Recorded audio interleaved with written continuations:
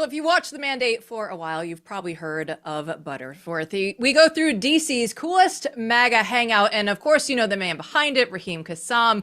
But what you might not know is how this place became ground zero for the post-2024 conservative movement. So Raheem joins us now. He's the editor of National Post. So thanks so much for the time and for creating an establishment that we can actually all go hang out at.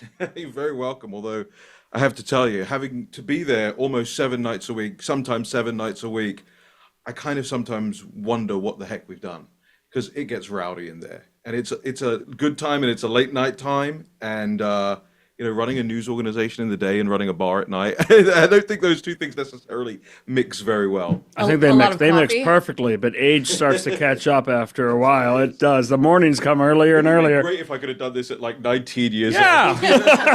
Perfect. So you have so much going on in the political world. We know that for a very long time. So what made you want to get into the restaurant world? Yeah, I mean, honestly, the whole concept in the opening for us was kind of about taking a step back from politics, and it all kind of followed us there, which, you can understand in a city like this where 99.5% of places are actively hostile towards conservatives in Washington, D.C. And whether it's, seating you in some crummy seat at the back of the restaurant, or, some politicians, high-profile ones, have been chased out of D.C. restaurants before. And so I fully understand why that whole thing, and being where we are on Capitol Hill, being kind of in this conservative street that is going on right now, or catty corner, it works. It almost effortlessly works. My father was in hospitality growing up, so I kind of looked to him for guidance, and I've always kind of wanted to do it. More to the point, I guess, the partners we have, Bart Hutchins and a couple of the other guys who are involved from the outset, are just so good at curating a cool environment with great food. And honestly, it's so lacking here on Capitol Hill. It is, and that's why you open not too far from our office. I'm there multiple times a week. I don't think I've ever been there at night. Maybe once, because I'm a daytime, because I got young kids and I got to run, but like during the daytime for sure.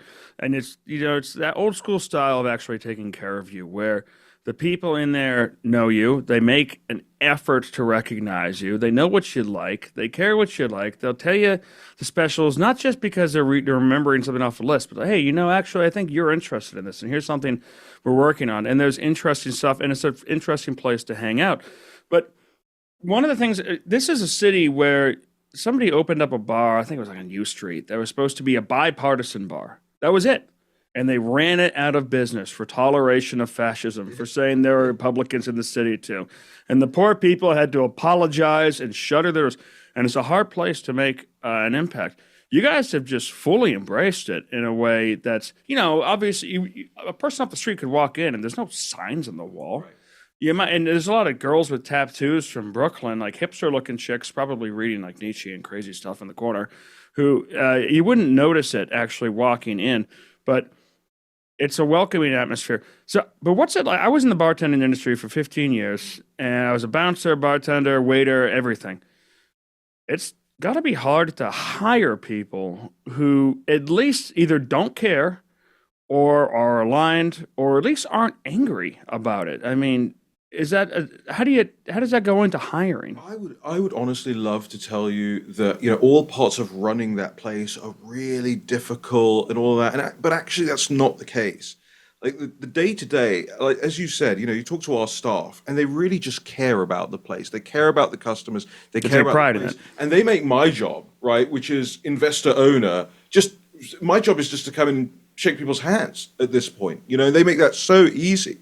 But the reason I think, look, there's a couple of reasons that people like to work there. Number one, a lot of the people who work in that industry are necessarily countercultural, right? They think in those terms. Yeah. They're rebels.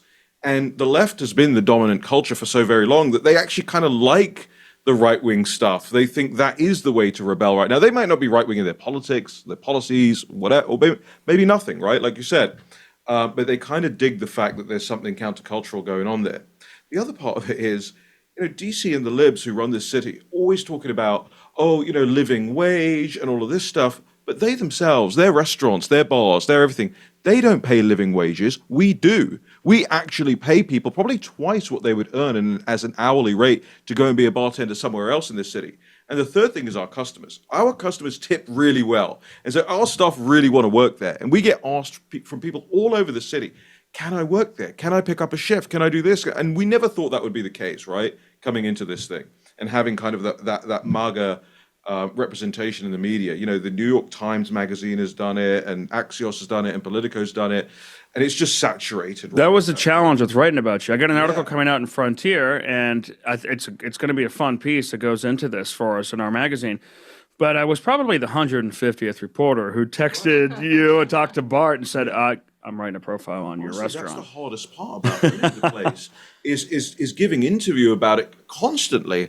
I mean, because they're not just constantly like, hey, what are you doing? How did you do it? All that kind of thing. But it's also, hey, who is in today? What's interesting that's going on? What are you hearing at the bar? And reporters are calling me all the time now, asking me what the scuttlebutt is from the bar at Butterworth. And I say, I could never give up that kind of information. If you want to come and sit at the bar, that's totally different, And so they do. And so now when people say, oh, it's a MAGA place and all of that stuff, we go, actually, if you look around, about 40% of the people in there are either neighborhood or reporter liberals who are trying to figure out what's going on with that. Oh, liberals want to see it. They're like, this is strange. Because they always thought we were animals. Do. I think that it's important for us. Like, why are we covering this on the show? Well, it's because it's something that is uniquely different, that you went in, you grabbed a foothold. You didn't know that it was going to become the MAGA spot.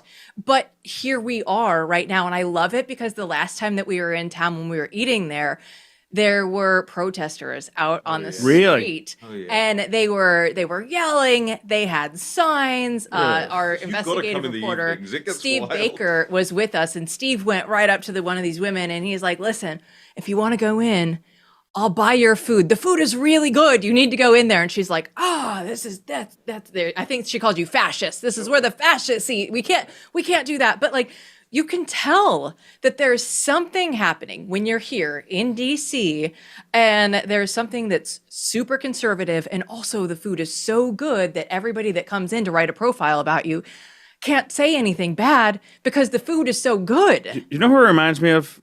Andrew Breitbart.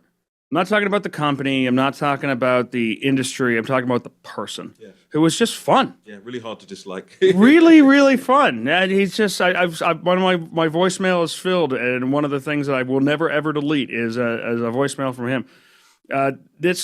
He was just fun. He'd put on the roller skates and go out and talk to the protesters. He's like, "What are you guys doing? What are you talking about?" And just he knew what it was about. He knew it was important about delivering good quality service, good quality food, good quality beverages, but at the same time, he liked to have fun.